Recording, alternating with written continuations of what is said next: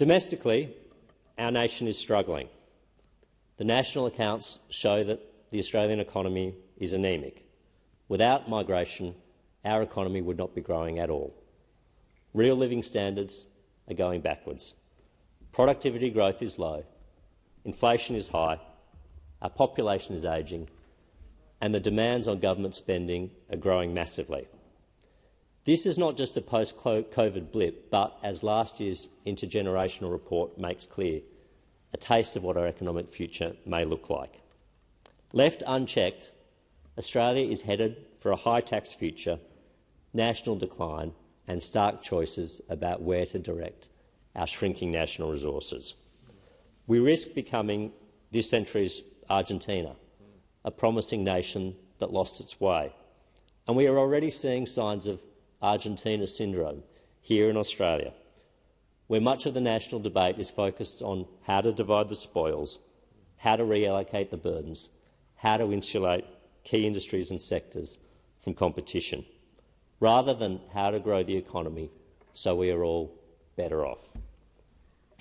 The heart of our national economic challenge is threefold: to improve our demography, to boost our productivity and to rein in government spending.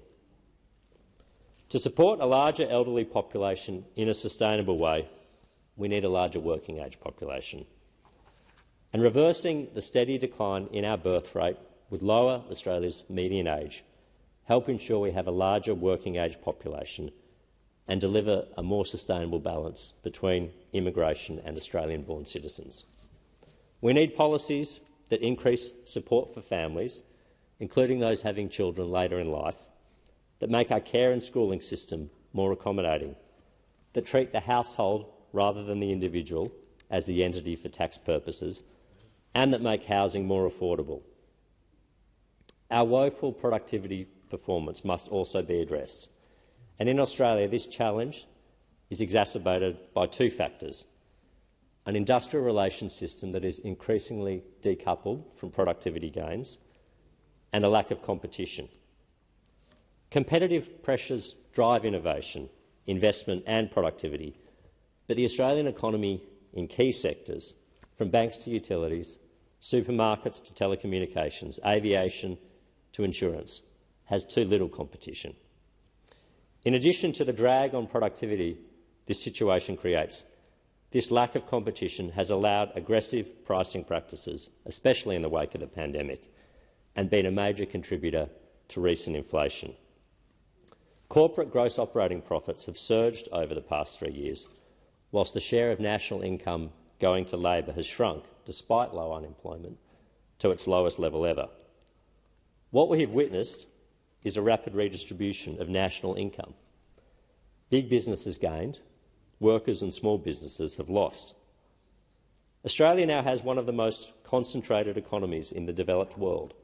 We have 2 major supermarkets, 3 dominant energy retailers, 3 dominant telcos, 4 major banks, 2 major airlines, 4 major insurers, and the profit margins of all of these companies are generally higher than those of benchmarks overseas. Concentrated domestic industries with only a few dominant players have as their main objective the preservation of their cosy market structure, with reduced incentives to improve productivity or compete on price.